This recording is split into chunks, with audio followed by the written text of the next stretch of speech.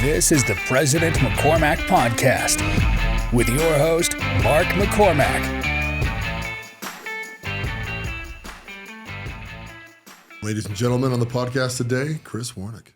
Welcome, my friend. Thanks, buddy. Good to be here. We were just talking about how you're not nervous at all because you're a seasoned pro. Not really, but I settle in pretty well. Figure it out. Now we're all good. It's easy to get in here. So the good thing is with us, we were just talking because we are in the same men's group. We are the they. Yep. And last weekend we got beat up mentally and physically for 3 days. We did. Yeah. I sent a video, if you saw that comment Dan Swift made about, hey, we need to be better fighters. I passed a video from Jay Shetty that just says marriage isn't about, the romance and the walks on beaches. Marriage is learning how to fight, like be a good fighter in marriage. Yeah. And it's such a good skill that he's like, wow, that makes a lot of sense. Like, you've been in marriage long enough, you know how to fight. Yeah. Like, you know what triggers them, what to avoid. Yeah.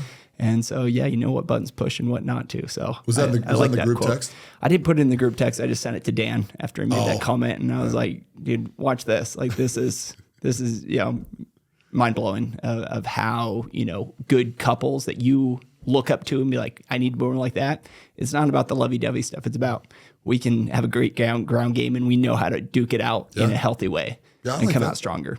That makes sense. So you also learn what not to press too, right? Oh, yeah. Because you hit it a few times. You're like, okay, I'll save that one for later. Yeah. Yeah. Pick your battles, just kind of that mindset. But when you do the rounds over and over, you kind of know, what buttons to push, not to push, and what to avoid. And I think another quote I like is, marriage is a game where you just got to get the other person to keep playing. So once one person taps out and they're like, I don't want to play anymore, it's over. So you just have to keep it fun and engaging and make the other person want to play. Yeah. So it just makes you think and makes you, keep you on your toes and keep you honest about, like, I want to keep playing this game with you. So let's make it fun, enjoyable for everyone. Yeah, I like that. I like that a lot. So tell us a little bit about yourself. So did you grew up in Utah? You a Utah boy? You a Pennsylvania boy? Where are you from? I did. Grew up in Southern California until I was 12, and then moved to West Jordan for a couple of years. Went to West Jordan Middle School, and then Draper. Went to Alta High. So were you upset when your parents moved you here from California? I was definitely a little ticked off. I felt like, this is the end of the world. Like, I'm 12 years old, about to go into middle school. Like, it can be a more pivotal time, but in the end, it was the greatest thing ever. We definitely had a lot better friends, and the schools were better, and a lot of my friends kind of went different directions in California. So looking back, for sure, it was a huge blessing that my dad actually, he ran a exchange student program. So he'd come in, we'd have Japanese and Brazilian exchange students kind of live with us and live with other neighbors and ward members, and his business partner ended up just taking all the money and running, and they had to close down the business, and so he had to kind of start over and ended up moving to Utah.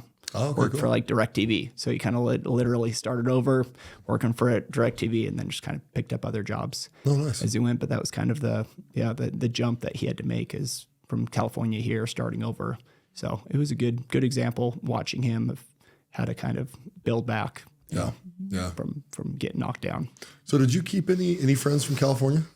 A few I keep in touch with on social media and stuff. Not too much, but we go back there once or twice a year. We have a family in Laguna Niguel that we do a house swap with. So they'll stay at our house. They have family in Alpine, the Zwicks, if you know them. So they go visit their friend, the Zwicks, and we go stay at their house. So we do like 1 or 2 weeks a year. Yeah. We'll just swap and then visit family and friends. So do you know Emily Zwick? I think her last name's Burnham now. I don't know. She was my age. So, it's not Craig Zwick's line. It's like Craig Zwick's brother or somebody in that line. So I know Emily. Zwick Construction. Yeah. Outside of that, I have no idea. Oh, Zwick Construction. That's right. Yeah. So that's like her uncle. Yeah. He's a general authority, and Craig Zwick. So. Oh, is he? Yeah. Oh, I didn't know that. Mm-hmm. Is he like a 70? I think so. Oh, cool. Yep. Cool. Yeah. So related to them. Yeah. So we do that. We used to have a lot more family in California, but it seems like they've all just moved to other places. Yeah. Like most of the Californians, they just kind of figured it's not really worth it to have the beach and pay those expensive taxes. The beach is dope, but those taxes suck. Yeah, for sure. So it's just mass migration, people coming here. Where are most of them moving to? Just Alpine. I mean, seems like Utah County. Yeah, most of them Utah. Well, I have one cousin that he basically moved, sold his company, and just lives on a yacht for a year. So he went to Florida and just is sailing around the world. And, out of all like the bucket list things, I'm like, to take your family on a yacht for a year, like that'd be pretty dope. Like I can't think of a cooler experience of just you and your family on a yacht and just sailing the world. It's way different, right? Because you're pulling up into ports, so you're not doing the airplane thing and like the Uber and all that kind of crap. Like you are going up to the port, which is a lot more laid back, at least in my opinion it is. Mm-hmm. Yeah, so. It would be, just you'd have stories for the rest of your life about that. Did they finish that, or are they in the middle of it, or? They're just starting it. Yeah, so just starting. A full year. They're probably 1 or 2 months in.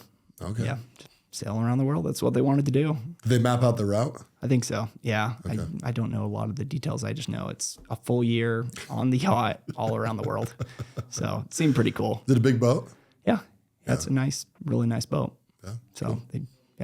That's kind of what you have to meet up with them, dude. I know. Do a week somewhere. Yeah, so there's family members just flying to different countries, and then they meet up with them in Europe or wherever. Yeah. So it's kind of a cool, like, out of all the things like what to do with money, that seems pretty like aspiring to do. Of like, if I had all the money in the world, that'd be one of the things I do. A lot of people, they're like cars and all that kind of stuff. Nah, it doesn't interest me. But doing a trip like that'd be unforgettable. Yeah, that'd be cool. Sure. So you did an LDS mission? I did. Where'd you go? West Virginia. Oh, so nice. Yeah, went there from 2002 to 2004, and loved it. Still, I might go. I'm getting a group together to go to the West Virginia BYU game, so we're gonna go. Oh, is that check that out? Yeah, this year since they're in the Big 12. Mm-hmm. Oh yeah, that's gonna happen more often. Yeah, so that'll be in the fall. I always hear that, and I think it's at a conference, but they don't have a conference until exactly. now. Yeah. Yep. So now they're back in, and so we're going to go out to Morgantown and get a bunch of us to kind of do our own mission reunion, but go to that game. So it should be a lot of fun. So will BYU win the national championship? Absolutely not. Ever. No, I'm definitely a realist. I'm not like a super fan. I went to UVU, so I didn't go to BYU. To UVU, and so I don't really have an allegiance. I definitely go to more BYU games, support them, but have no ties to either school. I am a Utah school guy. Yeah. Right. I have a ranking system inside, right? UVU first. So I've been loving basketball the last couple of years. We've been whooping up on BYU. Nice. Utah won't play us. You guys are wusses. Of course, their program's kind of in shambles, though. And then I've kind of become, I've been a Utah fan for a long time. Mostly went back to when I was in high school. Our trucking company that my dad used a lot was Yellow Freight. Okay. And they used to sponsor Utah games. So I could take literally as many friends as I wanted. Cool. Right. So I was like, awesome, because I'd take like 20 friends up there. They'd let us tailgate with them. They'd give us all free tickets, to go into the game. And so it was pretty easy to become a Utah fan. Yeah. But then even living in Alpine. Oh, yeah. Yeah. Oh, yeah. You stuck out a little bit, but it was good. No, honestly, people, there's a lot of BYU fans, right? But like, we didn't really care all that much either, because a lot of my friends went to BYU. I would have, if I would have broken my back on my mission, I most likely would have played at BYU. Yeah. And so, but I don't know if you remember like the Walking Horses or the Ayus or any of those names back in the day. They're actually playing when you're on your mission, so that makes sense. You're a good missionary not watching football. Yeah, I didn't follow it too much, but we do. My roommate in college, Sam Burgess. I know you played football with him. Yeah. I keep on forgetting about that. Yeah. So, Sam and I was the center, and he was the quarterback. We're very intimate, me and Sam. Yeah, I bet. I haven't seen him in a long time. Another side of him. Yeah. Yeah. He's doing well. I think he just had his first kid, or maybe he's got 2 kids. But he's doing well. Is he back here, or is he in Texas still? I'm not sure. I haven't kept in touch too much. Because I think social media. I think he graduated from University of Houston with his master's in something in hospital administration or something like that. Right? Yeah. Yeah. So good deal. Yeah, he's a good dude. He was an athlete, man. I bet. He's a really good athlete. Wasn't he like Mr. Utah or something for probably baseball, football, basketball? So he was technically a year younger than me. So when you really get that accolade, you're a senior, and I'm pretty sure he was like Mr. Utah, because he went to BYU on a full ride basketball scholarship. Yeah. Basketball was his best sport, if I remember right. And then probably baseball, and then probably football, honestly. Okay. So, but I don't think he played football. Yeah. I know he played baseball with Dale Murphy's kids and stuff. So Yeah. I'm sure you were that same age. Yeah. We had Chad was a year older than us. I don't think he played, but then there was, what's his younger brother's name? Sean Murphy. So in fact, him and Sean might have been the same age. So Was Sean good at football or I don't know. I didn't know them too well. I know Dale lives up in my neighborhood in Lehigh. He just moved there a few years ago, but. Is Dale close to you? Mm-hmm. Oh, yeah, okay, he cool. just moved up in Traverse. He's a nice guy. Is he still active? He's really good. Yeah, I mean, he does firesides, use firesides and stuff. So yeah, that's what I'm. Is he still active as like a motivational guy? Still doing those, monthly firesides, just stuff, talking about his experience there. Kind of like Steve Young. I like him and Steve Young how they're still trying to like pay it forward and definitely help the next generation with that. That's kind of cool to see because a lot of people it's just like right off into the sunset, but you see guys like that pay it back. You're like, that's the right way to do it. It's just fulfilling a little bit too, right? I mean, get out there amongst the people, and if you give love, you get love. We've learned that quite a bit. Yep, absolutely. That's kind of how the game's played. That's how you win at life. Just give the most. Yeah, it's not even a secret. Just do it. Yep, absolutely. So you come back from your mission, you go straight to UVU then? Yep. Jumped back in, got back in October, jumped back January. So I worked for my uncle Stuart's pest control lawn care. So I was running around spraying lawns and then going to school at night. Started into pre-dental, realized I couldn't get interested in it, hated organic chemistry. Just about halfway through, I was like, I'm throwing in the towel. Like I can't force myself to like this stuff. So kind of pivoted and I was more interested in the accounting and marketing and just got a business degree there. Yeah. Yep. Oh, cool. So you graduated? Mm-hmm. Yeah, I got mine in paralegal studies. Nice. It is pretty worthless degree unless you go into law school. And you almost did. I was close, yeah. And then decided, just keep doing the business stuff. Yeah, and it was, obviously, I think it was a great decision. You never know where life's going to take you, right? Fulfillment-wise, it would not have been, I made the best move, met my wife, obviously. And well, no, I was married. Would have not met her if I went to law school. But, we started our family. How old were you when you got married? 22. Okay. I was about 3 months away from being 23. So I was, I was probably home for 19, 20 months by the time I got married. So. Yeah. Do you get a lot of young guys asking you whether they should go to school or not? Because I feel like more and more younger generation just are opting out, doing other stuff. What's your advice to them? Don't go to school. Yeah. Yeah. It's not even close. Just because, all the knowledge and resources are so accessible. Yeah. And it's also an ROI thing for me. It's a debt thing. I've served on boards at UVU forever. I'm currently not on one, which is a little weird. I was on the leadership board for 4 years. I was in the culinary arts for 8 years. And in the last 2 years I've been off of boards. I think they want me to join the athletics board, but they haven't technically asked me yet.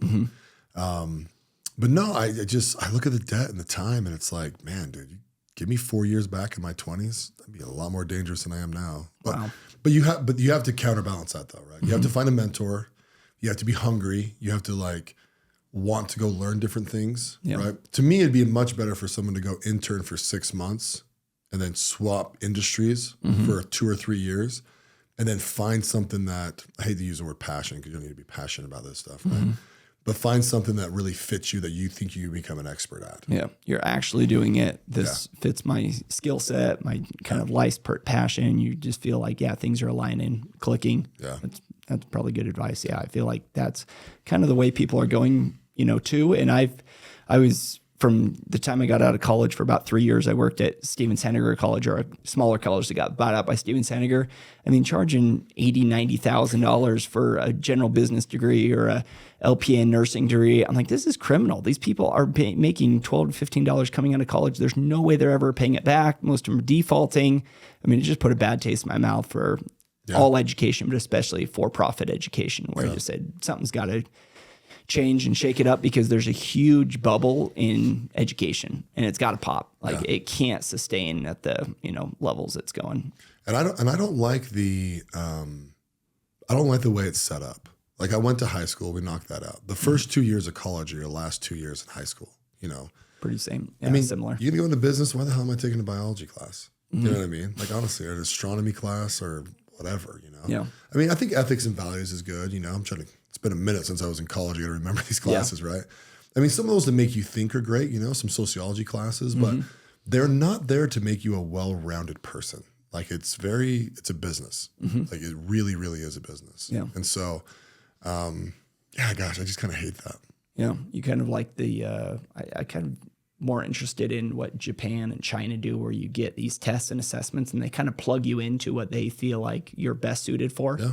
And I remember taking tests and assessments when I was in elementary school, and it kept spitting out, hey, you're going to be a farmer. You're going to be a farmer. I'm like, why would it say I want to be a farmer? That's crazy. But like, the more I look back on that, it's because I have to work outside. I can't sit in an office. I have to be outside getting fresh air. And so, spraying lawns, working, when I was working in, healthcare, running my group homes, I would spend about half the day in the office and then the other half out in the field, doing activities, visiting the homes, really getting a pulse of the company, because I'd get cabin fever sitting in an office all day long. So it makes sense, but I feel like we need to be more of that, let's test, assess, figure out where you fit in best, rather than let's take all these general classes and then let you figure it out. Yeah. Like, let's help steer you in the right direction. Yeah. I mean, when I was on Jimmy's podcast recently, we got into kind of the AI talk, right? Because that's the new thing that people are like nervous about or whatever. Yeah. And we were kind of talking about how we might be at 48% unemployment, right? And he's like, what do you think? And I was just like, I'll never get there. Like, the market, as long as we keep it a free market, the market will absorb that, right? I know that's kind of like broad wishful theory thinking, right? But they really will, right? Yeah. But I look at my industry, I could hire anyone, right? I could probably hire 50 people right now if they had the skill set to hang hoops. Yeah. Right? Abso-freaking-lutely. And I could expand my business literally overnight. But people don't have that skill set. And so I look at all these like computer programmers, and it's like, oh, I'd be pissing my pants if I was a computer programmer, because AI will replace you if they haven't already. Yeah. It is like coming down the pipe. And it's also like, you're a little arrogant to think you're going to make $300,000 doing not much every day, year after year after year after year. Most of them have zero social skills. I mean, these guys are just odd ducks. Some of them have Asperger's, and bless their hearts, they wouldn't survive 50, 100 years ago, but like, there's a role for them there. I mean, I remember my brother-in-law is a big tech nerd and, is a programmer.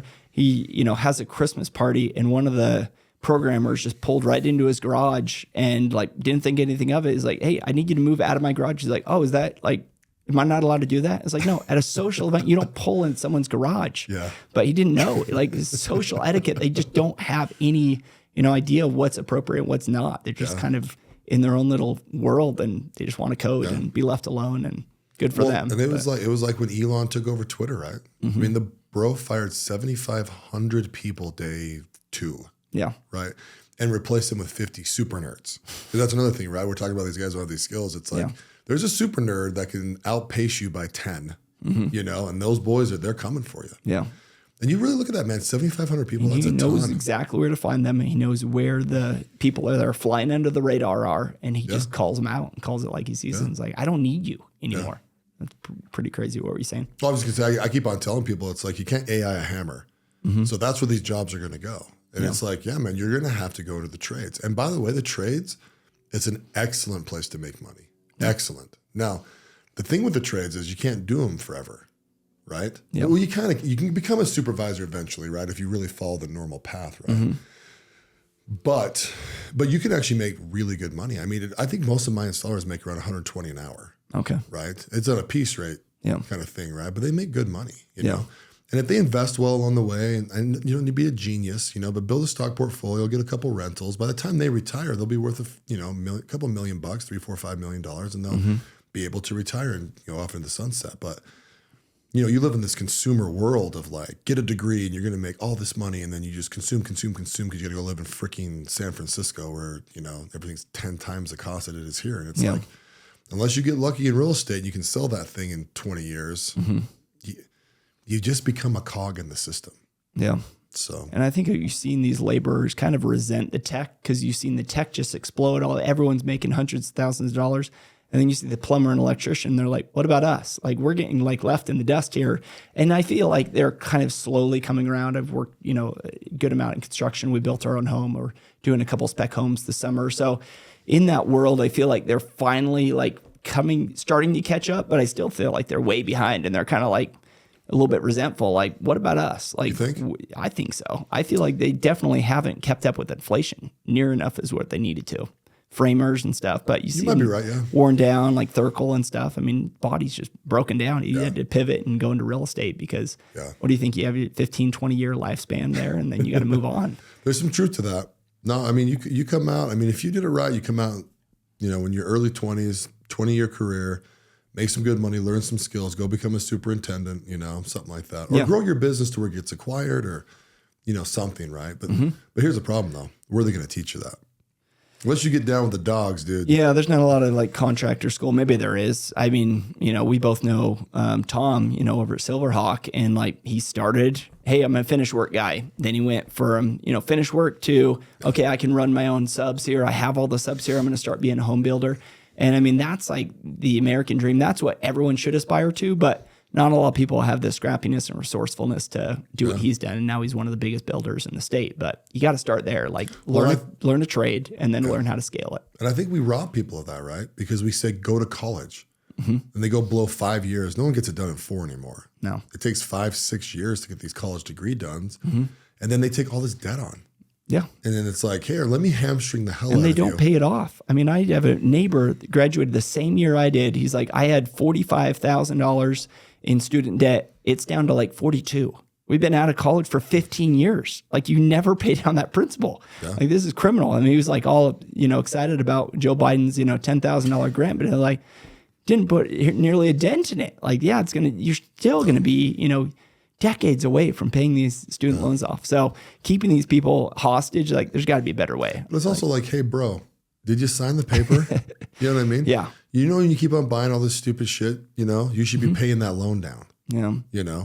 People with he's a pretty liberal guy, but they just you want somebody to save them. And it's like, no one's going to come save you. No one feels sorry for you because you did sign the paper. Yeah. But he's like, what about us? It's so hard. No one can survive. No one can, it's just complaining about all the things. Yeah. And it's just like, this is what you signed up for. You signed the paper. You said, I'm going to go in this degree and I'm going to sign up for these student loans. And now you're kind of treading water and feeling like, how am I going to get ahead? And, there's got to be some other solutions rather than what we're given in the education system. I mean, there's two sides of that sword, right? Yeah. There's a personal responsibility where it's like, figure it out. You know what I mean? Have your wife work. Yeah. I don't know. Don't have kids at 22. You know what I mean? Yeah. You can go back and bash around a little bit.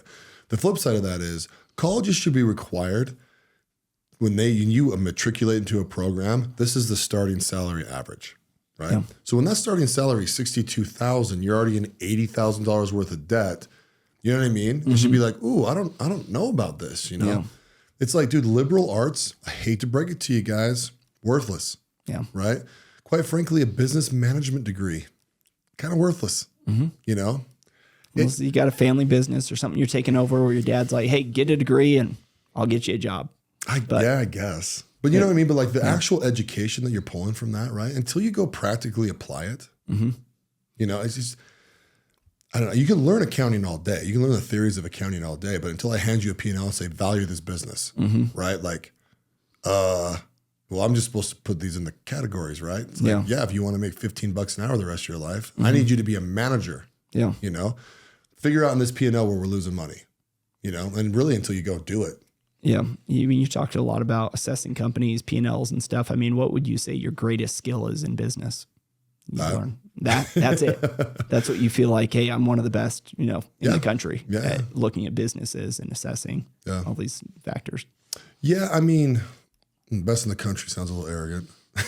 Ben Kerr would say best in the world. That's what he wants to know is find out what you're best in the world at. Like, Ben, it's kind of intimidating, dude. Yeah. I don't find the best in the world at anything. No, if you're asking me that question in business, I'm good. I'm really good at, gosh, man, well, how do I put this?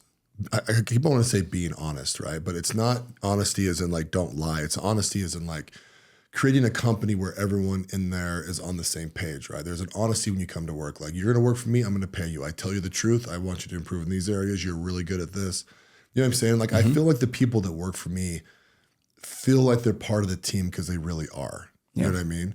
Like, if I got shot in the head tomorrow, someone would replace me, right? But any job's technically replaceable, of course, because we're mortal, right? But like, I do a really good job of kind of like doing that. But part of that is like, I'm open with them about where the company's going. I'm open with everybody about what the sales goals are. And like, I don't have HR in any company I'm involved in. Okay. Right. I'm the HR guy because I don't ever have to worry about ethics. Yeah. Now, if something goes crazy, I got a third party guy I can bring in. Right. And, but really, I think that's really what I'm the best in the world at is like, I bring such a confidence to these companies that people are like, okay, Mark's our leader. He's going to take care of us, but he also asks this of me. And so, but I am really good at valuing businesses. Yeah. It's not hard to do though either, but I guess when you're good at it, I also don't think it's hard. Tell me a college class that you learned that in. You don't. No. Like, it's just non-existent. Yeah. I mean, I would love that. You do a workshop where you're looking at, 10 different businesses and getting your opinion on what the valuation is. Cause I mean, I'm more of a gut, investor rather than a numbers guy. That's kind of, but I would love to dig more into that because I hear you and Brian Pitcher and it's like, no, this is my system. It's like, oh, that makes sense. That's probably a little bit more scientific than my gut. Well, here's the real deal. If you want the truth, there's the scientific side of valuing a business, and then there is the gut side. And when you're good is when you're in the middle of those, right? Because you can break a business down and go, EBITDA is X. We'll give it this multiple. Bam, that's where it's at, right? That's not really how you buy or value a business, right? Like you got to go in there and go, okay, this guy wants the hell out of this business, right? Yep. He gets less of a valuation. If I come in with cash, I can buy it for less than if I've got to finance this thing, or I make him finance it a little bit. All these deals that complicate the value of the business, right? You also need to understand the arbitrage side of it too, right? So if I buy this business and roll it into this other one at a 4X, well, if I just automatically roll that revenue into this other business that's the exact same size, my arbitrage is 7, so I've already 3X the company day one, right? Like those are kind of the things in there, right? Then there's also like, what kind of business is this? Like I've invested in some restaurants recently, right? Yeah. Unhappy with them. Okay. And I go back and I'm like, I would never get into these businesses again. Just because they're very hard to run. They're very people dependent. They're very commodity dependent. And it's like, there's so many better places to put my money, right? Than these businesses. Yeah. And all of those factors really come into being able to value them, right? Now I learned how to like scientifically value them or, through a formula when I was doing hard money brokering. I did a lot of that where we just pounded through and just every day we were just trying to put a value because people were trying to loan against them, right? So then you got to like argue with the private equity companies how much money they're going to loan into this. So you have my check, their check, an attorney's check, and sometimes even a CPA's check. And you kind of go, okay, well, my valuation kind of falls inside of here. Why are we different? And that was the way that I learned how to do it. Okay. But yeah, even nowadays, right, there's a lot of like I'm going through a roll up right now and there's some major moves in there. And it's like, how are you going to value this thing? It also depends on who owns the business. Because if a private equity group owns the business instead of like the founder owner, there's a wild difference. Well, not a wild difference, but there's probably 20 to 30% difference in valuation based on that, right? Because PE groups know they can sell it, right? So they're going to hold you at a certain multiple, right? Where an owner, they have no idea. I ran this business for 40 years. I just want to retire. It's like, well, okay. Is this your first go around with the restaurant business? Yeah. Okay.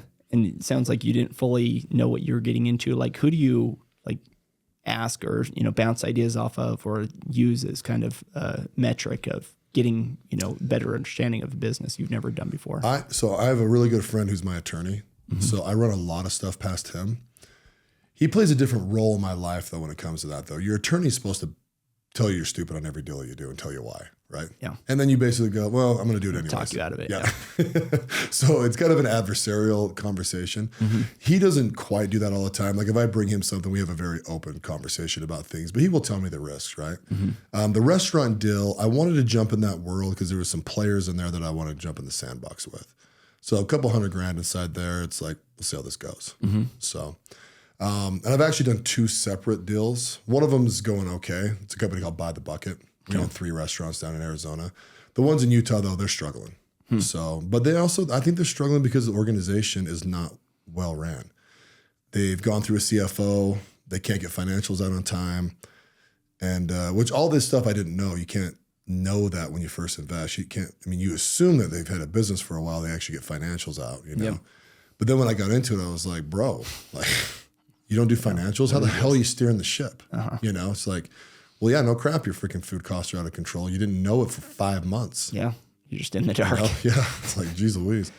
But I don't know. I also get PO'd all the time because I hate how people raise money, right? Because if I go buy a Lamborghini, if I go rent a Lamborghini for 6 months, put it all over Instagram, I can raise $5 million tomorrow, right? Yeah.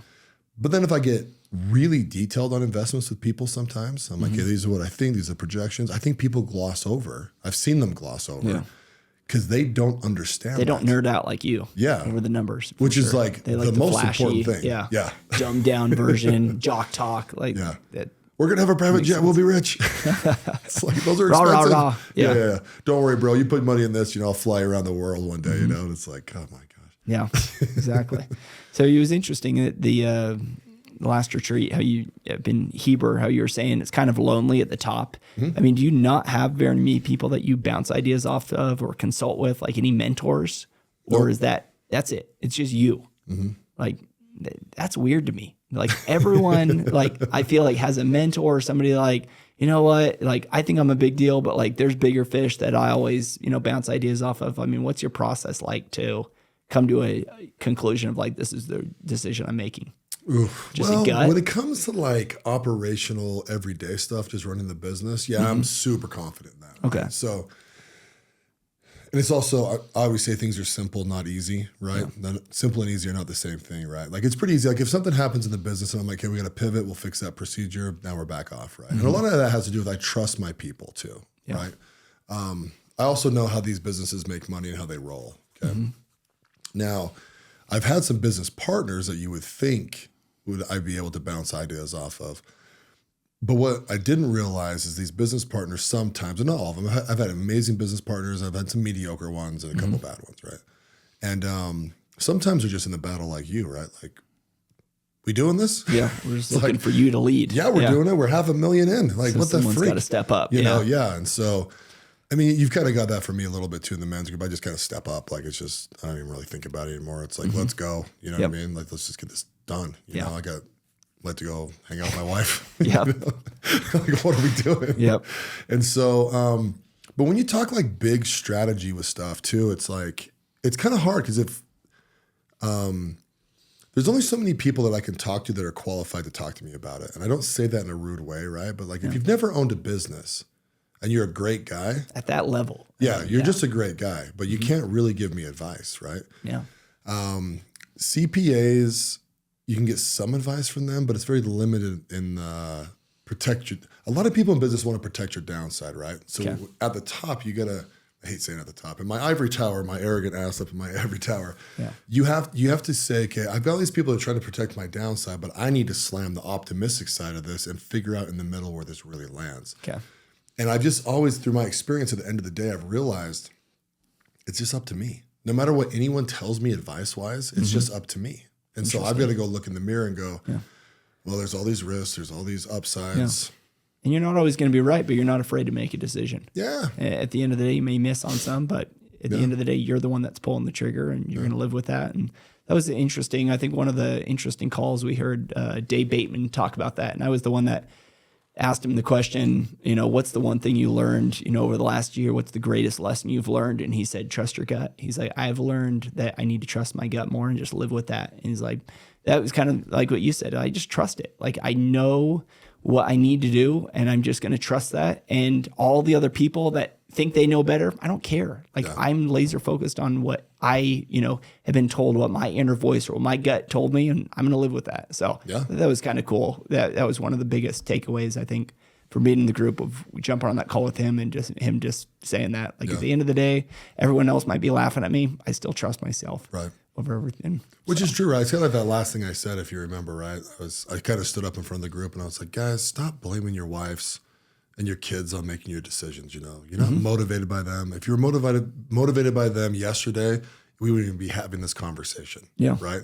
Like, you got to look at yourself and go, okay, I'm accountable and responsible for every freaking decision I make. I even kind of tied it to religion a little bit too, right? Where I was like, you can choose to be religious, but that doesn't dictate your life. You actually dictate your life, And there's amazing influences, don't get me wrong, right? I mean, everyone's got like a grandfather, a father, or like even a church leader. I've got church leaders that totally influence some of the decisions I make because I saw how they live their lives. But that was years ago. I got the influence a long time ago. Now I'm in charge. I gotta run with it. And so that's kind of, I don't know. I guess I practice what I preach a little bit. So. Yeah, I think the thing that you teach more than anyone, as far as the guys, is like self-empowerment. Like, everyone's like looking for, hey, should I, listen to my wife more? Should I, listen to this mentor? It's like, just trust you. Like, learn how to stir up your spirit, your inner voice, your universe. Like, learn how to listen to that and then just trust that, because at the end of the day, if you can tap into that, like you've unlocked a superpower that you didn't even know you have. Like you're basically like, okay, I know exactly the course I need to take because I've really done the hard work and the deep thinking to know this is the direction we're going in. And I don't care if anyone else argues or says I'm crazy for thinking about it. I'm going all in on this decision. So, I couldn't say it any better. No, honestly, that's exactly that was my takeaway when you said that. Like, I trust me. Like, start trusting yourself, because we rely way too much on the other people, and they're important. We can listen to them, but at the end of the day, sack up and make a decision. Which it's hard. Like at the end of the day, because you're like, you have a spouse. Say you're married, and you're like, okay, if I go all in this investment and I win, they kind of look at you like, yeah, you should have done that. Like that was expected. Like you should win all the time. You go all in and you pick a bad investment. You go, mortgage the house on crypto and you lose. It's all on you. It's like, what have you done? Like you've lost our house. Like you've put our whole life in jeopardy. Yeah. Like it's almost a lose-lose, because the upside's definitely not as much as the sting when you lose. Like if you go on a bad investment and you're like, nope, we're going to do this, and you lose, like it's going to be tough to come back from that and really get in people's good graces after you've kind of feel like you let them all down. Yeah. I think that's the hardest part of being a man and a husband and leader. And at the end of the day, like there's nothing more scary than a wife that like doubts you. But then there's on the other side, like what's more empowering than a wife's like, hey, we're following you. Like you lead and we'll follow. And that's the thing I've kind of learned to step into and kind of like told my wife, hey, these are my dreams, my fears. This is what I want. And she's like, we got you. Like, we're jumping in right with you. Just lead. Yeah. And I feel like most guys don't get that. They want their wife to lead. They want someone else to lead. And they're good at following, but they don't necessarily want all the risk on them, which you have to take that. Yeah. Well, in our men's group too, right? It's like, guys, I feel like guys miss the point, right? That's why I've like been on this whole like thing about stop reading. Mm-hmm. Like you guys are just paralysis by analysis in here. It's like, stop getting influenced by every freaking thing. Like, go live it. It's time to freaking go. And part of that is, right, here's some of the guys in our men's group or just in life. Mm-hmm. We the reason why we always refer back to the men's group, right, is because that's where people are very vulnerable with us, right? So we get to see these very clear windows into people's psyche. Yeah. It's like, show up masculine. Number one rule, just show up masculine. Like you are the leader of the family, and your wife will react accordingly, right? And be happy about it. And then you get we've always talked about the masculine and feminine energy, right? Like feminine's chaos and masculine energy is very orderly, right? Yep. So the more orderly and organized you are as a man, and you show up with that confidence level, then you allow your wife's beauty and passion and chaos, and it's an amazing balance for you.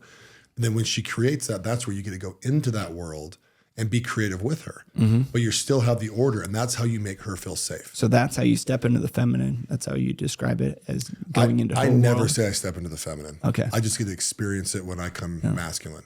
That's my perspective. Okay. So me stepping into the feminine, because I didn't know about this stuff till I joined the group.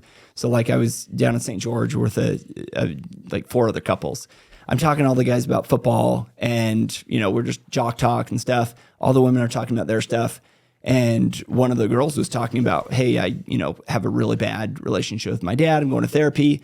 So I pivot and start talking about, hey, I went to therapy. What are your kind of, takeaways from this? And she was kind of saying, I feel like my dad never loved me the way I need to be loved. And kind of like that was me stepping into the feminine. That's what I call it. Like, okay, we did the jock talk. Like this is way more engaging. So giving her like how to feel validated by her husband, how to use therapy is not a tool of I'm going to go wreck my marriage now because my dad didn't love me the way I did. How do we use this in a productive way that, maybe you could have done better. Maybe you could show your parents more grace. But like at the end of the day, you're a mom and you're a wife to this husband. Don't blow your family up because you feel like you got screwed over. Like do better. Like, but I see that as very masculine. Do you? Okay. Oh yeah. I looked at it as I went from the men's conversation to the women's, then back to the men's. I'm like, I went from masculine, stepped into the feminine, then jump back. But you're like, no, you were masculine. You were the whole always time. masculine. Okay. Yeah. No, you're talking to her as a man, right? You're like, no, look at your life. You need to organize your life and prioritize your life, right? Like your marriage is important. Oh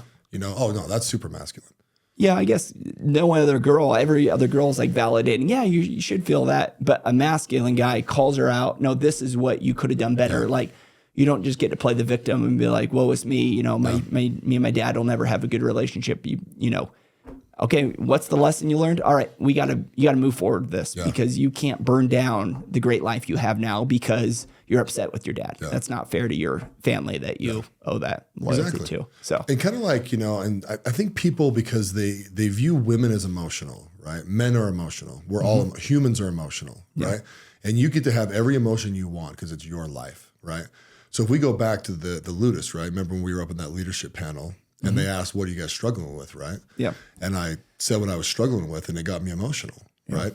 But when I'm saying that, to me, it's very masculine for me to say that, right? Guys, listen to me. Okay, I'll be vulnerable to you guys so you understand where I'm at, so you can understand me and feel like we're similar. It's vulnerable in the masculine, and you're not just going to a feminine to try to connect with us. Like you're connecting with us in a vulnerable way, but staying in your masculine. That's interesting. I never thought about it that way. Yeah.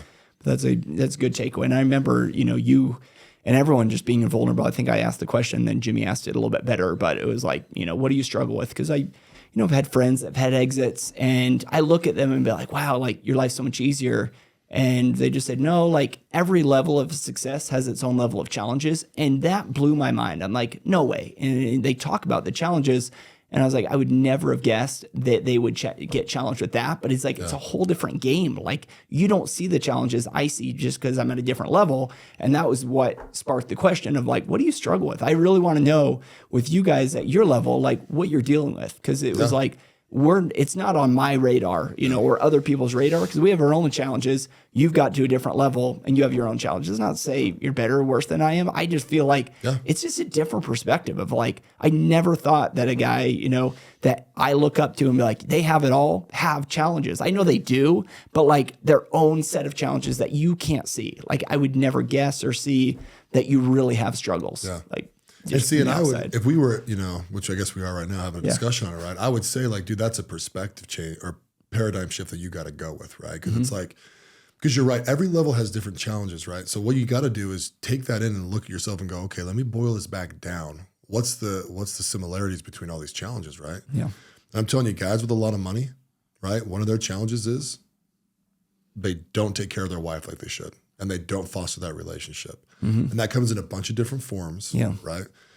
Especially once you get a lot of money, right? Because then like there's a lot more temptation out there. And then if you give into your ego, you haven't protected your family, and then it's like, and then things really blow up, right? Because people don't want you. They want what they think your status is. Right. They want your money. They want, and you kind of have to like, dude, they are like attacking my family because they're trying to take me away from my family. And they don't know me. They don't know me to the core like my wife does. They just see me for, the status symbol, and they want that. Like they don't really want me. They want the status and, the money and stuff like that, which is interesting that that's the level that you get to. But you feel like, I've always thought this, and I'd love to ask, do you feel like guys that feel like they, have all the money in the world get like a godlike complex? And how do you humble yourself not to go into that like godlike complex? Like literally, like you can buy, I'm not saying anything, but pretty much anything you want, you can buy. Yeah. That's interesting. I never believe in absolutes, right? So I'd never say every guy, obviously, right? But does that happen a lot? Yeah. It also happens on a small scale. There's guys that are like, just because you're the boss, right? They kind of like, well, I got to tell these people what to do. And it's like, kind of, that's a real slippery slope, my man. You know what I mean? Like you have to foster relationships with people still, right? But to go more deep onto your question, I think, you start getting access to things you can't have access to, other people can't, right? And you start realizing like, oh, I'm different. I get to do a lot of things that people don't. Like one thing in my world, you probably never heard me talk about it because I don't, right? But I can go to any NBA game anytime I freaking want. Not only can I go to anyone that I want, I can probably sit in the first 2 rows, right? Yeah. If I wanted to pull up to any game, I'm just like 2 phone calls away, and it's just like, yeah, Mark, absolutely. Our best client is the Golden State Warriors. And they're amazing to us and we're amazing to them. Like they won the championship last year and they gave us championship rings, right? Wow. They don't have the diamonds that the main one do, but it was off the exact same run, right? It's like, this is amazing, right? And so, I call them up. Anything I want because I have those relationships. So I could look at that and start clouding that and touting it and making sure that's important to me and like making it seem like I'm posting on Instagram, but you don't.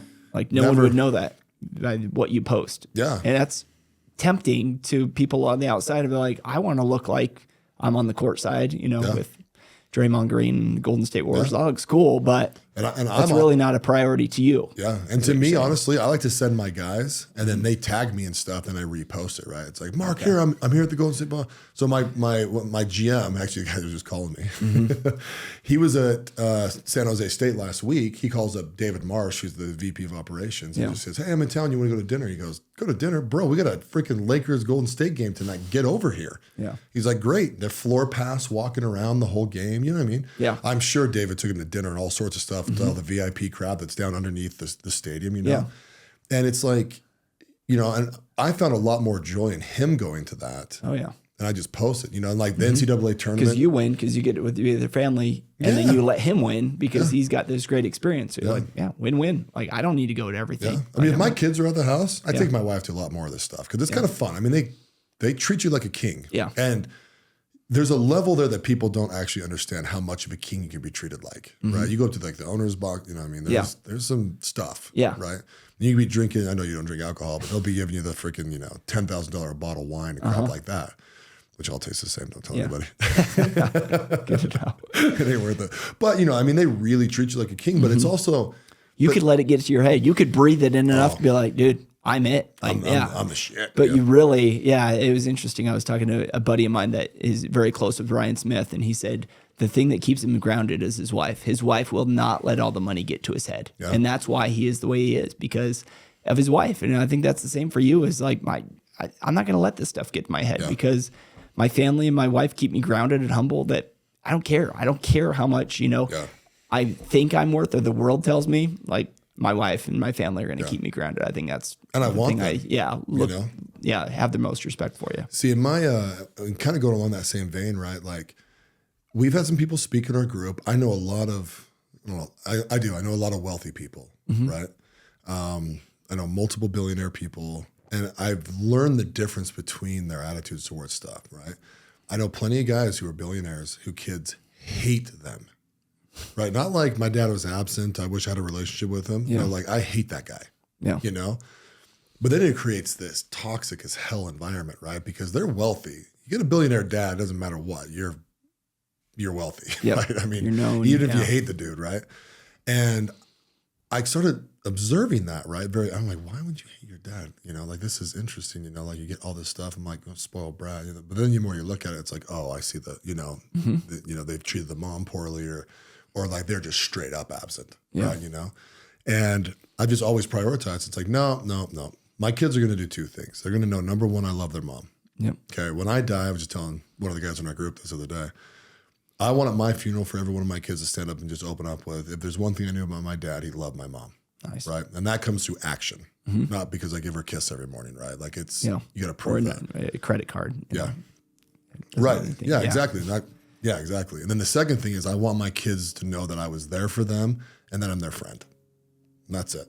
Now, I'm currently the parent hardcore, right? And I'm fun. I'm exactly the same way I am all the time. Yeah. Right? But when they turn 25, you know, in that range, right, we're moving to friend mentor status. Yep. You know, we actually just talked about this with Jeremy Macy, right? But that's where I want to sit with them. I want to be a resource for them, a place that's safe. And you can't do that if you're a shithead when they're growing up, or you're never there. Yeah.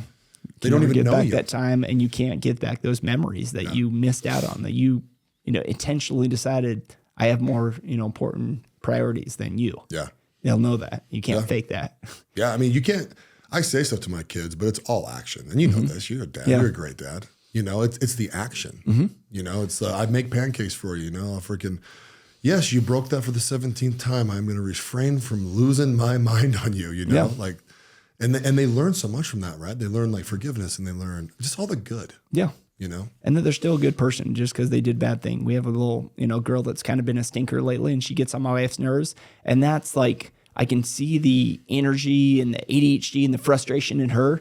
I'm like, we're going to use this energy for good. And so, taking her aside and like just filling her head with all the confidence of like, hey, we're still proud of you. Hey, we still love you. Like, you're still such a good, like, just stroke their ego with all these things. So I got 5 girls. I want all my girls to have so much confidence their heads explode. Like, that's one of my biggest goals is like, I don't care. We'll never tear you down, but like, we'll reprimand you, correct you, but then we'll just love on you. I'm very touchy with my daughters. That's one of the things I heard from Kobe Bryant. Just, people are like, he's always touching his daughters, like arm around her, very hand on the back. Like he's very touchy. And I've really tried to intentionally do that with my kids. I know you do it with your kids, but like my kids are very comfortable laying on me, cuddling with me, and we're just always touching. And I feel like if I don't give that to them, they're going to run and find, affection in the wrong places. 100%. And so that's what scares me and keeps me up at night. And like, I will love on my daughters all day long because I want them to know what a healthy,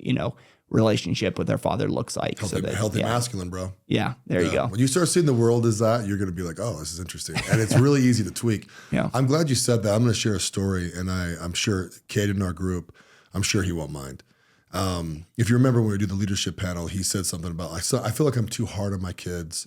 And how do you guys deal with being too hard? If you remember my answer, I go, I don't ever think about that. I just be me in the moment, present, and I go after them. Sometimes I do yell at my kids. There's a few times I'm like, what the hell are you doing? Yeah. And they look up at me, and it's like, then I go over and touch them, and it's like, okay, my man. I've got one boy and two daughters, right? It's like, okay, we got to fix this, dude. But like, come on, you can't do things like this, right? And I kind of, I'm with the guys, I try and always bring a little humor in, right? Even though it's just the way I think. You're getting like a little bit of a fire hose from me a lot. And then we went on to the next guy, because I don't want to speak too much, right? And I'm like, dude, then all of a sudden, I could not stop thinking about Cade. Because if you know something about Cade, his 3 kids are adopted to him. He married a widow. Yep. And their dad's taken from the earth. Very familiar. Yeah. Right? He was one of the guys I talked to that morning. I went to that funeral for my buddy that died of cool cancer. So I talked to Cade and got some good advice from him. Yeah. And I just kept on looking at him during the panel, and I'm like, you did not give him the advice he needs. You did not give him the advice you need. I'm like, what do I need to say to him? Right? So we go into that breathwork session, and I always think about my kids in breathwork at the start, right? I just see their faces and smiley and happy, and it's probably my happy place, honestly. Right? Yeah. I'm just going to my happy place because I'm hyperventilating. And then, dude, I thought about another guy in the group for about 10 minutes, and then I thought about Cade for the rest of it, probably an hour. Okay. Right? And I waited all the way to the very last second. So the very last night before everyone went to bed, I pulled him outside, and I said, Cade, I did not give you all the advice that I wanted to give you. And he goes, what is it, man? You're okay, this freaking awesome, man. And I said, their dad is up in heaven, staring down at you, praying and hoping just to get through to you to hold those girls like he would. Like, you need to love those girls, dude. You need to hold them, kiss them. I feel like there's something inside of you that's holding back because you want to be You feel perfect. Strange for them, for whatever reason. Yeah, and you don't really know. Yeah, it's like, because, I'm like, you got to get over that now. Like, just hug them every day, dude. Touch their face, put their hair behind their ear. Can't just be the enforcer. Yeah, I could never do that. Yeah, and be the dad I want to be had I, had full access to be able to touch them, hold them, do, just play with them, all that kind of stuff. If I, had, handcuffs on, like, oh, I can just be the enforcer. No, you can be a fraction of the dad. Well, they won't like you today. Yeah. At the end of the day, they won't like you. You're going to lose. Yeah. Especially little girls. Oh yeah. You got 5 of them, bro. You're in trouble. I'm loving it. Yeah. See, and I really believe that. So I picked my daughter up from, I saw your wife at the Wasatch Gymnastics thing that one time. Yeah. So I go down there twice a week and pick her up because my office is 2 doors up, as you know. And my little 7-year-old, dude, every time we get in the car, she holds my hand the whole way there. Yeah. It's because I hold my wife's hand, right? I have this tattoo on my thumb, which some people can see. My wife has the same one. Okay. We waited till we were 40 to become rebellious to get our first tats. Nice.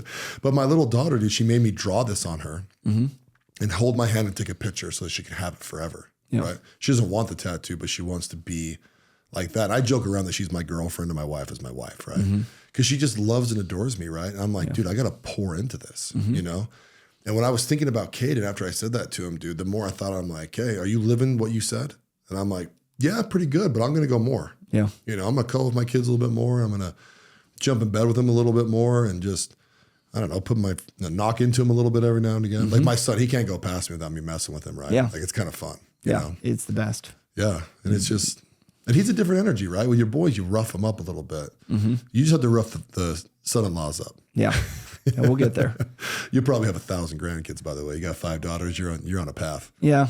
It's fun, but some are a little bit more stubborn, some are more emotional, but they got anxiety, stuff like that. But it's just everyone's a unique challenge. But it's for sure just awesome to see the whole blend and know how to love them individual, because each one needs a different type of love than the next one. Yeah. And you've got to figure that out. You've got to be the expert of like, this kid needs this right now, Yeah. like this type of love. Yeah. So that's being, in tune where you know your kids better than anyone else. So that I can see Cade's, estranged feeling of like, I wasn't there from the time they were born. Therefore, there's a little bit of a disconnect. You've got to immerse yourself. Yeah. And almost get uncomfortable, break through that. Yeah. Because they're, And I'm assuming some stuff, obviously, right? He didn't tell me he doesn't touch him enough or anything, but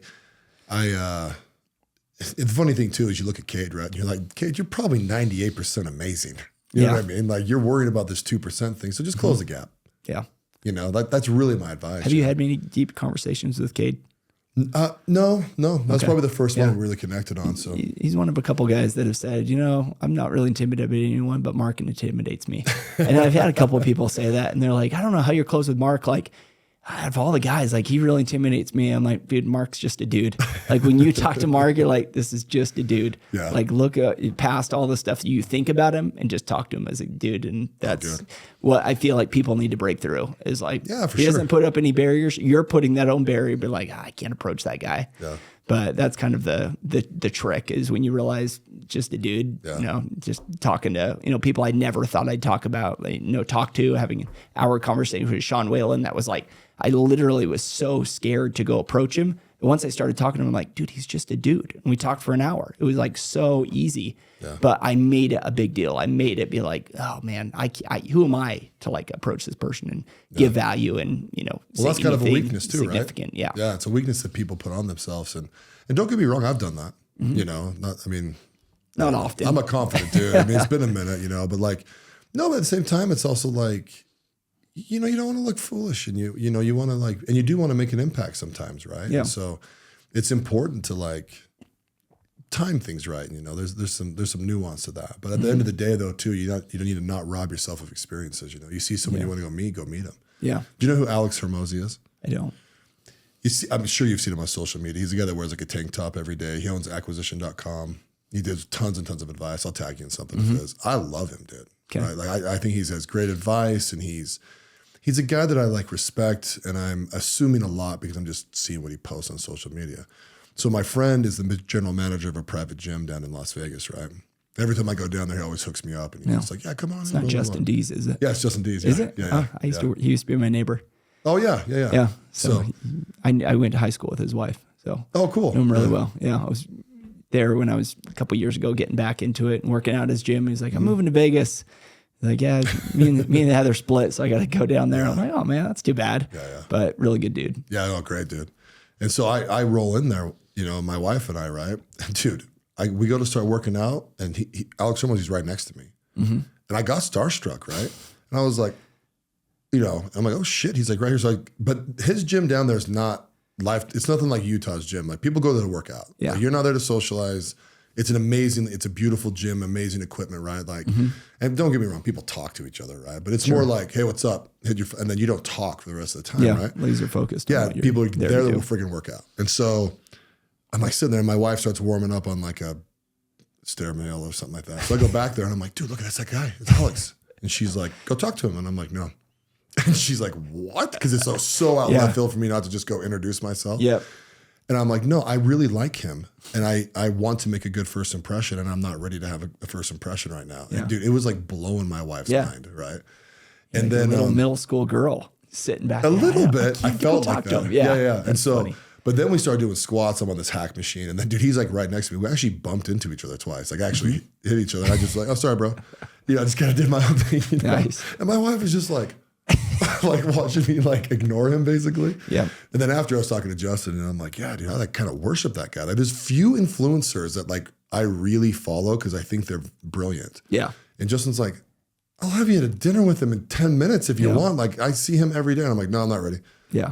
So, Justin's just like, whatever, dude, whenever you want to talk to him. And good dudes. When you see people that have it all and have done it the right way and still are grounded, it's like, man, there's nothing more inspirational than that. Like, that's the right way to do it. And I just didn't want to be like, oh, I love your stuff on social media, like every other dude. Yeah. Right? So he's like, there's a reason he's at this private gym. He doesn't want to have a fan fest. Right. People coming up and shaking him down. So that's awesome, man. And I think that, you're on the, leadership panel for a reason. I mean, you've been and Bracken, I mean, you guys just serve, and it's not transactional. So when I talk to you and I talk to people, I think the natural tendency is like, I'm going to talk to Mark something transactional. I'm going to get something out of it. He's going to get something out of it. And in the walk group, it's totally different. I think that's why you guys are the leaders, because you pour into us, you give value. And I mean, I remember taking my buddy that was really struggling in a business exit to lunch with Ben. Ben pours into him for an hour and a half. Then the parking lot, he pours into me for another 45 minutes. Then afterwards, I'm like, just my mind's like blown. I'm like, dude, this guy's giving me so much value. And he's like, hey, Chris, how can I serve you more? And I was like, what did you just say? What are you talking about? He just wants to pour into you. And all you guys have that, attribute about you where you just pour into us. But like, that's the leaders you aspire to be. Like, how can I serve you more? Not what am I getting out of this? Yeah. And, that's, I feel like the most, Christ-like attribute, of like, how do we win at life? By serving the most. When you win the game of serving, you win at life. And that's, what we're taught in heaven. Who's the highest?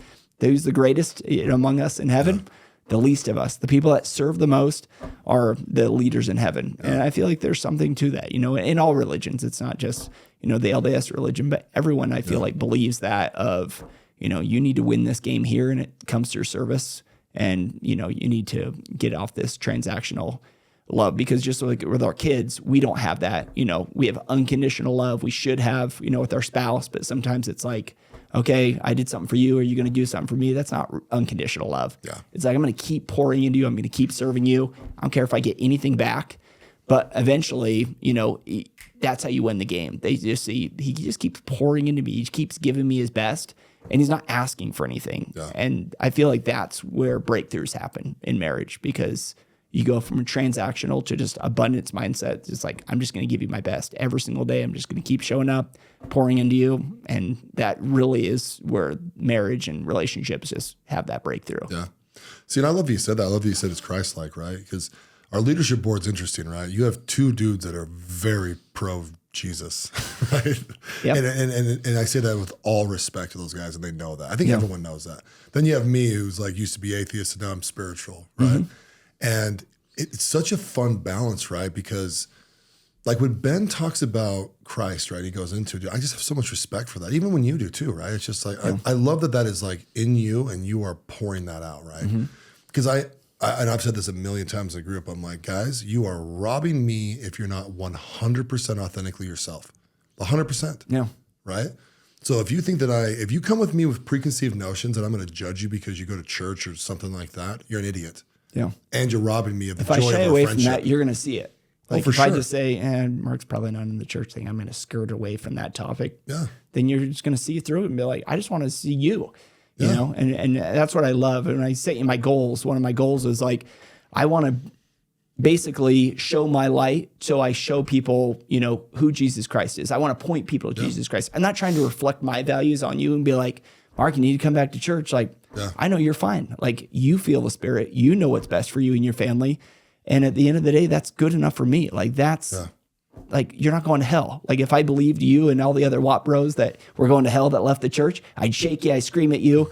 But it's like, dude. Or try and join us. Yeah, exactly. It's like, that's not how we win this game. Like, we win at life through service, and everyone has their own path, and we can honor that path. Yeah. And that's the thing that I love, the mantra of be one, because we're showing the world, like, we're one. Yeah. We come from all these different backgrounds, and maybe the Mormon, non-Mormon thing, but like, we're unified. Yeah. Like, we have each other's back regardless of religion. And I feel like it's a little bit of an anomaly in Utah.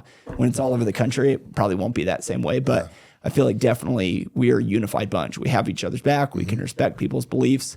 And, we know that these are our brothers. Like, at the end of the day, like, this is way deeper than religion. Yeah. Like, it's not just about the labels, about, what your background is, what your current, religious affiliation is. It's like, we feel the inner voice, we feel the universe, we feel the Spirit. It tells us to go about doing good and love our brothers unconditionally. And we're all in on that. Like, we can all get behind that regardless of affiliation. I know, well said. Plus, if you really look at it, there's a God, right? There's something. And if you don't believe that, that's okay. Mm-hmm. But like, really, there's a hope out there for something, Yeah. I have pure faith in the fact that I hope that I can be with my wife and we're both dead forever. I don't give a crap if it's energy, a molecule, us as a being. That's what I hope. Yeah. So that's my pure faith in that, right? Mm-hmm. And then if you want to put a label on it or a belief that Christ, right, which I love, right? Christ is going to influence people on this earth one way or the other, right? Or God or the universe or whatever. He has to do it through people. Mm-hmm. So if you don't be authentic with someone, right, you can't allow Christ to work through me to help you, because you can't be helped directly. You have to be helped through a vessel. Mm-hmm. That's really the kind of governing principles of Christianity, right? Yeah. And so, but some people find it odd, right? It's like, well, this guy's a non-believer, but like, could I be influenced through Christ through him? Of course. Mm-hmm. And in a million years, right, if we're sitting up there in heaven and it's like, yeah, dude, remember that one time I freaking sent that message to your brain so you could say it to Chris, or whatever, right? Yeah. Or not even a message, not like I'm some freaking prophet, but like, that one day that you just like call Chris and was like, hey, what's going down, man? You're like, no, nothing, dude. Just just let them know I love you. I'll spank you in the butt next time I see you. Yeah. And we have a laugh, and it's like, I got a friend. And that stirred up something in me to be like, I need to do more of that. Yeah. That's how it works. Or it just comforted you. Yeah. At bare minimum, it just comforted you. Or just being in this group and just being like, I got these guys I can rely on at any time, and it just gives me some comfort or some confidence to go do something else. Yeah. Like if you believe in God, that's how it's being done. It is, yeah. And, I feel like religions do a very inadequate job with trying to sell people on, hey, you got to build your mansion in heaven. You've got to hold on because in heaven it'll all work out. Or in heaven, you're going to, get all these virgins or whatever it is. Like, I feel like they do a really crappy job at like selling what heaven is. And I like the Jewish philosophy of like, you need to make heaven here. Like, you need the experiences, the joys, the love you feel with your family. Maybe it's 1,000 times more in heaven. I don't know. But like, I'm going to make that heaven here on earth. And I like that philosophy more than like, hang on, Chris, like if you're follow all the commandments and you're disciplined and you do all these things, there's a mansion for you in heaven. It just doesn't work. Like, and all the religions I feel like do a really piss poor job at promising in heaven, that's when you're going to get rewarded. You can get rewarded right here. Like, absolutely. The feelings and the joy you get from your family, you're like, okay, if I can get just that, like, it's worth it. Like, that's the greatest joy that you experience. And, going back to Jesus, I mean, the thing that I've noticed is a lot of these guys that leave the church, they go agnostic or atheist. And I've really pondered a lot about that. I was actually thinking about that today with Ben. And I feel like because we've done a terrible job with not anchoring people to Christ and getting fear, injected of like, do this, don't do that. Like, you're a bad person for this, and shaming. I feel like when people leave, they're like, oh, I don't have to follow the rules. Not to say you can do whatever you want, but then they have to figure out their own moral compass. Yeah. And the thing I look to is I see a guy like Tim Tebow that had all the temptation of the world, partying, girls, and someone's asking him, hey, why aren't you partaking of this? He's like, because I love my Savior, Jesus Christ. I'm like, why can't I teach my kids that's why you do all these things? Not because of fear or your, judgment, but literally you have that unconditional love for Jesus Christ. Yeah. That's it. That's how you win the game. Like, it doesn't matter about what people are promising you in the next life. Like, he knows his principles, and I feel like people don't. As it took me a long time to figure out, what do I really value? What do I really believe in? And then that keeps you grounded forever. It's kind of the once saved, always saved, which as a missionary thought, it's poppycock. It's not real. But really, the more I think about it, the more I realize, you know what, maybe they were right about this. Because when you see people like that, you're like, that's the right way to do it. Yeah. Not to anchor them in all these different guilt tactics. And then we're just like the Jews and the Pharisees and be like, that's not what Christ taught. Like, he didn't teach all these things and shaming and stuff. He just, if you buy in and you love him enough and focus on him, you become a different creature. You become a better person, a better version of yourself. That's how you win. Like, and my twist on that, right, is like, you're saying anchor yourself in Jesus Christ, right? Because he's an amazing example. If you take him, he's an amazing example, right? Yeah. See, my twist is anchor yourself in you. Okay. Right? Now, if you are the embodiment of all those things, it's the same thing, right? And I think Christ, if he was looking down here and he saw you and I, right? Yeah. And we're basically saying the same thing with a little tiny twist, right? Either one of those ways, we go back. Yeah. Right? Because you have to have that moral compass, When I look at Tim Tebow, he's like, well, I love the Lord Savior Jesus Christ. He also loves himself. Yeah. Because Tim's like, no, I'm not going to participate in all these temptations, right? And drink and drugs. Like, it's probably not hard for him to see at all of his teammates over the years that have that shit has ruined their life. Yeah. And unfulfilling relationships. Aaron Hernandez, you know. Yeah, to the nth degree with him, right? And it's like, it doesn't take a genius to be like, I really want to embody this. And I think he explains it in the way of Jesus Christ, right?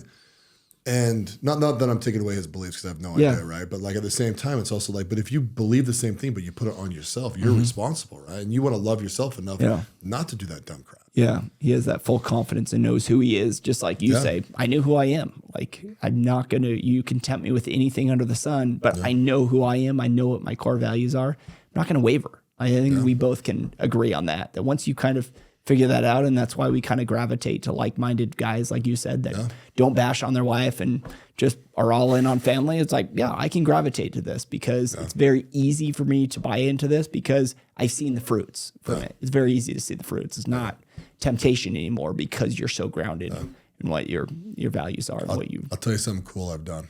So Bracken and I have had a lot of conversations about this, right? Okay. You know Bracken. He's very convicted in his beliefs, and I love it, dude. Yeah. I'm telling you, if there's two guys that are just show up as themselves to each other, it's me and Bracken, right?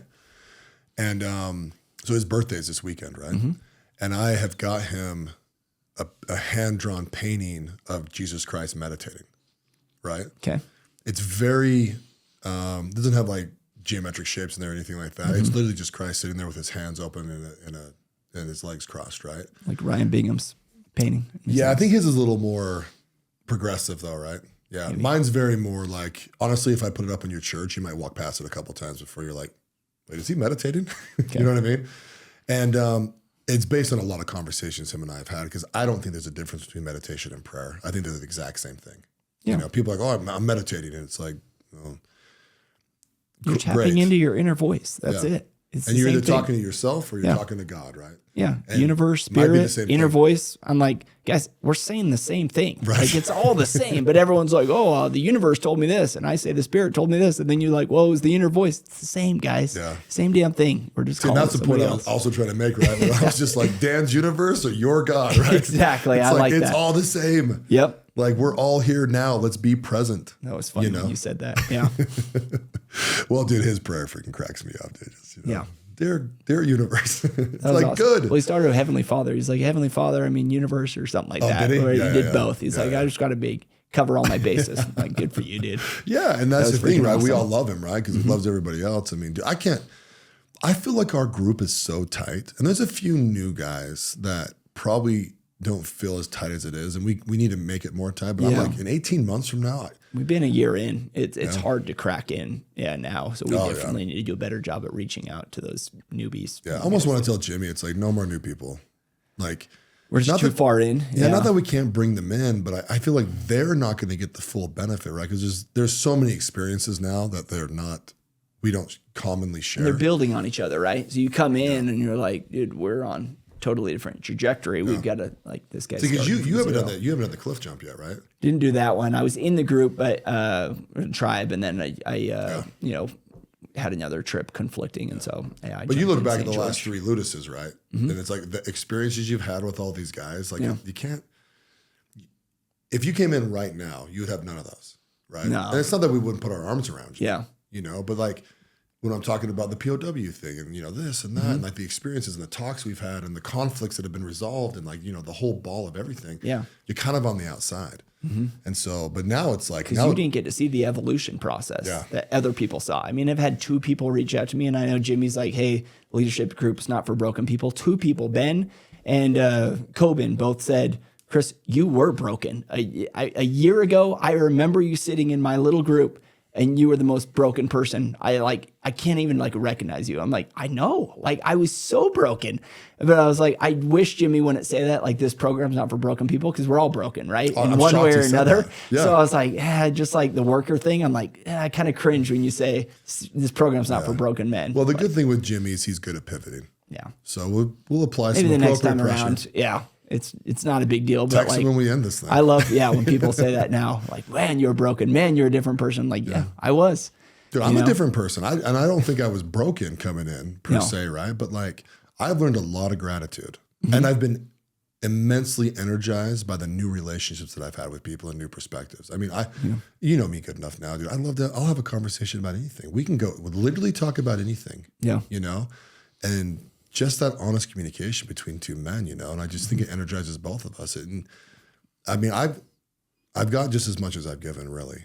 It might be different, you know, but like, I don't know. It'd be interesting to talk to my wife. I might ask her that tonight. Yeah. I'm going to ask her what she thinks my evolution from the first day to now is, because she's one that likes to give it to me raw. She will.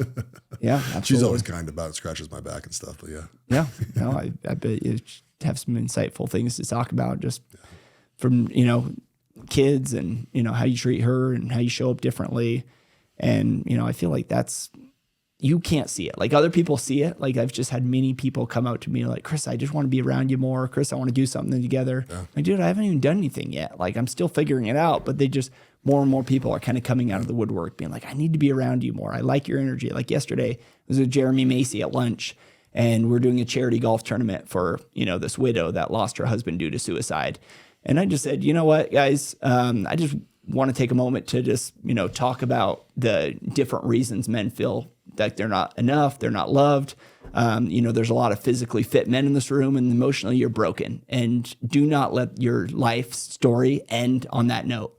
That you know, that was the first thing that drew me to Jimmy is, you know, I had a friend, you know, hung himself in his garage. His kids, his family comes home to that.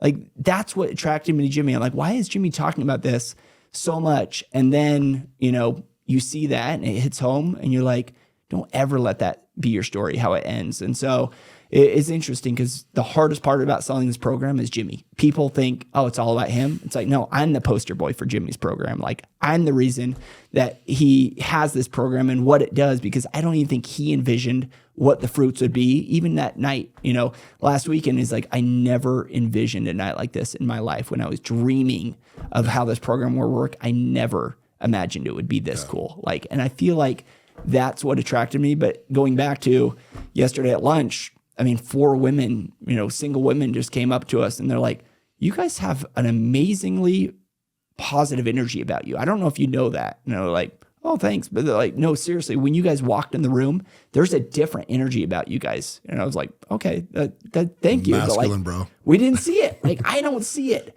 but other people notice it. And it's just like, I'm going to keep stepping into this. Like, I don't see the change, but other people do. Yeah. And that's the cool part. That's because it's natural. You know, it's just naturally changing. Yeah. No, I'm telling you, those women saw some 2 masculine men, you know, and not in the traditional bullcrap way people yap about it, right? They saw 2 men that are positive, that are happy, that are optimistic, that have gone through things, but they've learned. You know what I mean? Yeah. There's have an the hard there. conversations. Yeah. That no one wants to talk about the elephant in the room. Yeah. That this lady lost her husband due to suicide.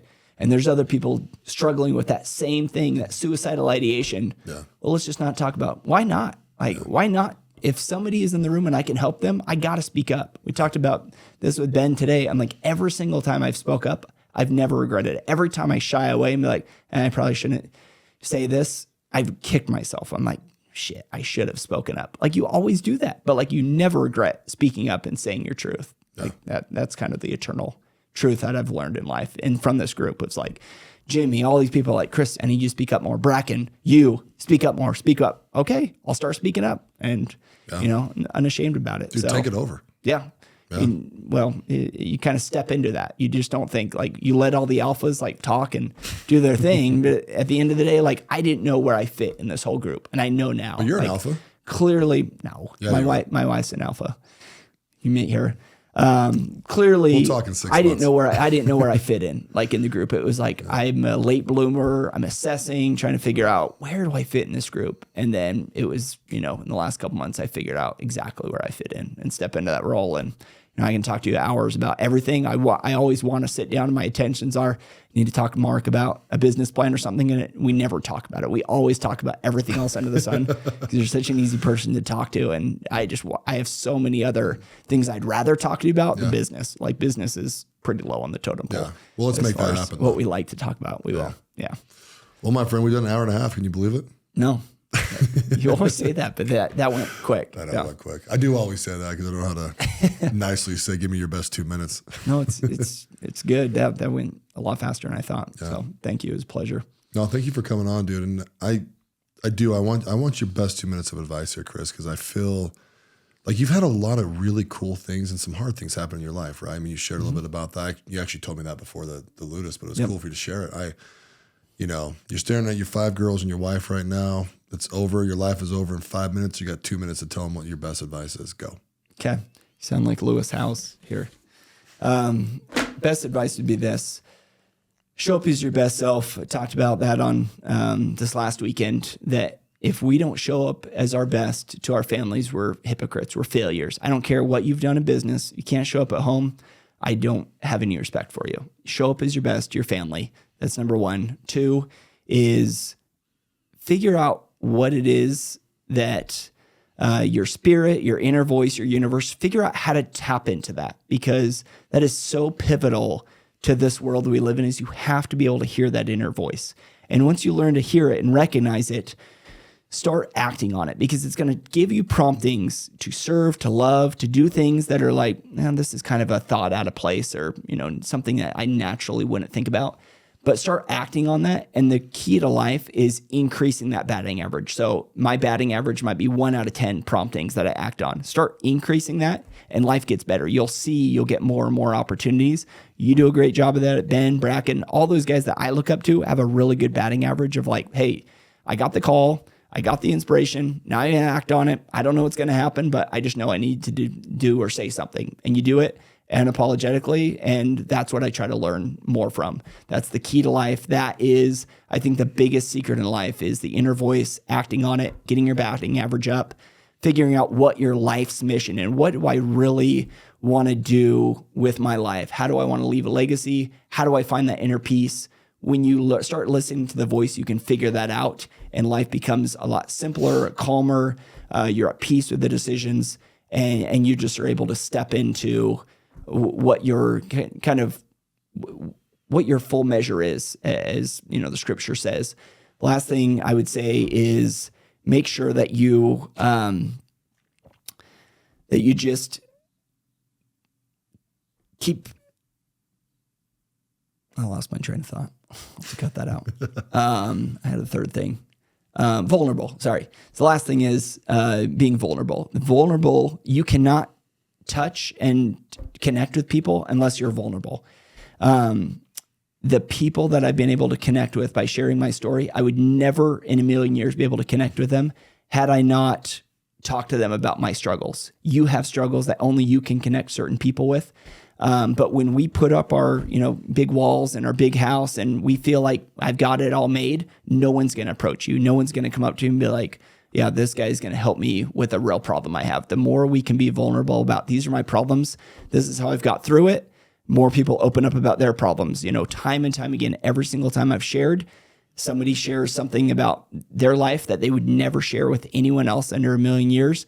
And it's bring down those barriers. And that's how we connect as men. And that's kind of how the world goes round, is how do we solve problems? We get vulnerable. That's where it starts. So those are my 3 keys. Yeah, love it, dude. Dude, I just want to let you know, man, I'm super proud to call you my friend. Thanks, buddy. Dude, I'm so happy. I'm glad you chose to be in this men's group. I'm glad I chose to be in this men's group. And I just really look forward, dude, to like all the experiences and the conversations and all the experiences really that we're going to have. Yeah. It's going to be an evolution for sure. Yeah. See from the start and finish. But hopefully we'll make it to 90 and we'll die together. Yeah. And then we'll have the last great adventure. Huge reunion. Yeah. We just do the rope swing without the rope swing. Right. Just end it.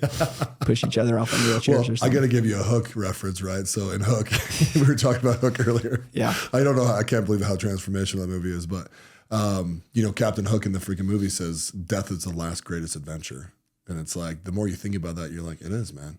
But you got to freaking live hard all the way up to the end of it. And then we'll see what happens. Yeah. Absolutely. Yeah. Nobody knows, but I'm excited to find out. Awesome, dude. Thanks again. Thanks, buddy. Thanks for listening to the President McCormack Podcast, brought to you by McCormack Foundation, Saxton Fund, ADP Lemco, and Professional Floor Systems. Make sure you subscribe to the podcast and keep up with Mark on Instagram @President McCormack.